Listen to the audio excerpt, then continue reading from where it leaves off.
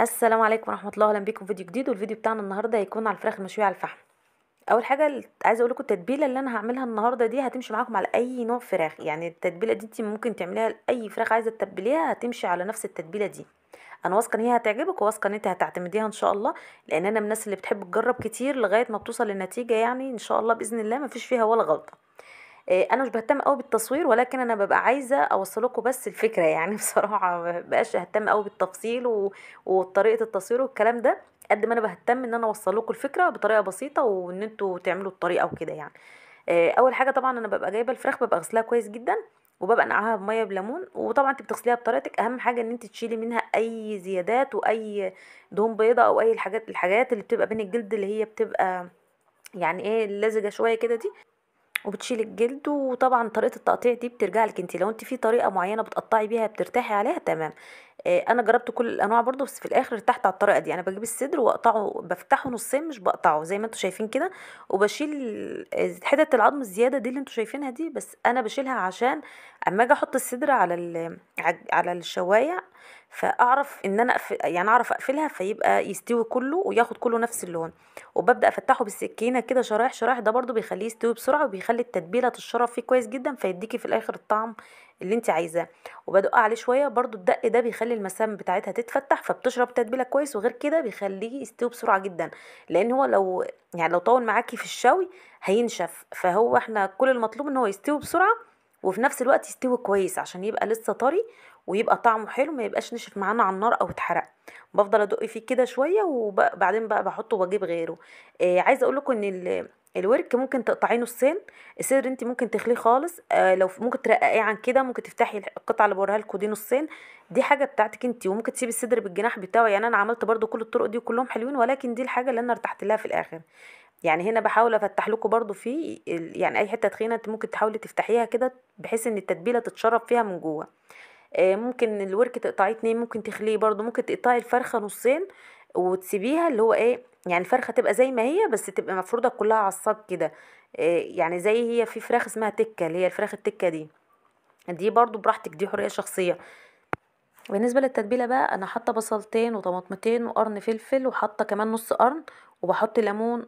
وبالنسبة طبعا للكمية، انتي لو انتي عاملة فراخ اكتر بتحطي كمية، يعني بتعملي تتبيلة اكتر، يعني بتكتري البصل مثلا، بدل ما تحطي اتنين متوسطين بتحطي تلاتة، بدل ما تحطي اتنين يعني متوسطين بتحطي اتنين كبار كده. فزي ما قلت لكم انا حاطة طماطمتين وبصلتين، وحاطة قرن فلفل ونص قرن فلفل، وحاطة ليمونة ونص او ليمونتين على حسب طبعا الليمون اللي عندي.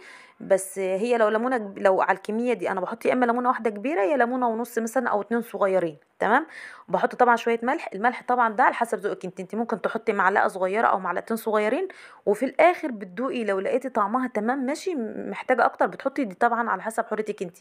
حاطه معلقه صغيره فلفل، معلقه صغيره كزبره، اقل من معلقه صغيره كمون، ومعلقه بابريكا، ومعلقه سبع بهارات.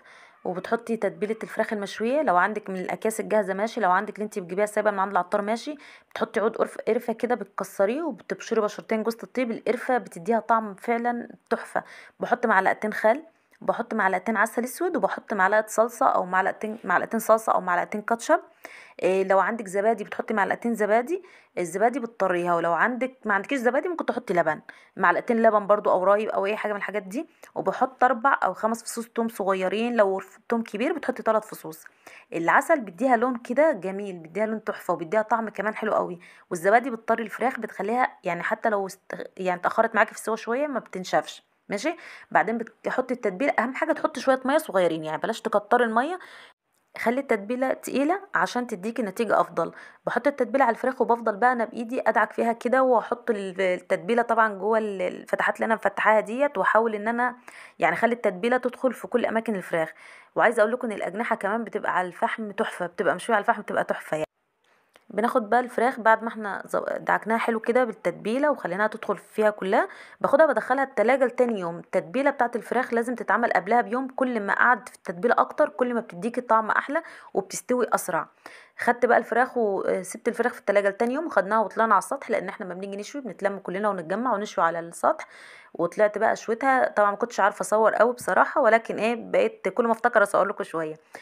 طول ما انت بتشوي تقلبي، يعني كل ما انت بتشوي الفراخ تبقى ايدك فيها على طول. انا بحطهم على الشبكه وافضل اقلب كل 5 دقايق، بقلب الشبكه من الناحيه دي 5 دقايق ومن الناحيه دي 5 دقايق، كل شويه بقلبها. ومجرد ما بلاقي فيه جزء خد لون ويعني ممكن بتلاقي مثلا جزء خد لون عشان الفحم تحته والع شويه وجزء لا، بفتح الشبكه وافضل اقلب بالمساكه. تبقى ايدك فيها على طول وعينك عليها على طول عشان ما تنشفش منك وتتحرق، وتطلعيها وتكون واخده اللون الجميل وتكون برضو مستويه. وبألف هنا عليكم. ودي كانت الفراخ بتاعتنا، قولي لي رأيكم لو جربتوها وعجبتكم. ولو عندكم طريقة برضو انتوا شايفين انها افضل من كده اكتبولي بكومنت، بس انا واثقة انها هتعجبكم وتعتمدوها. وبألف هنا.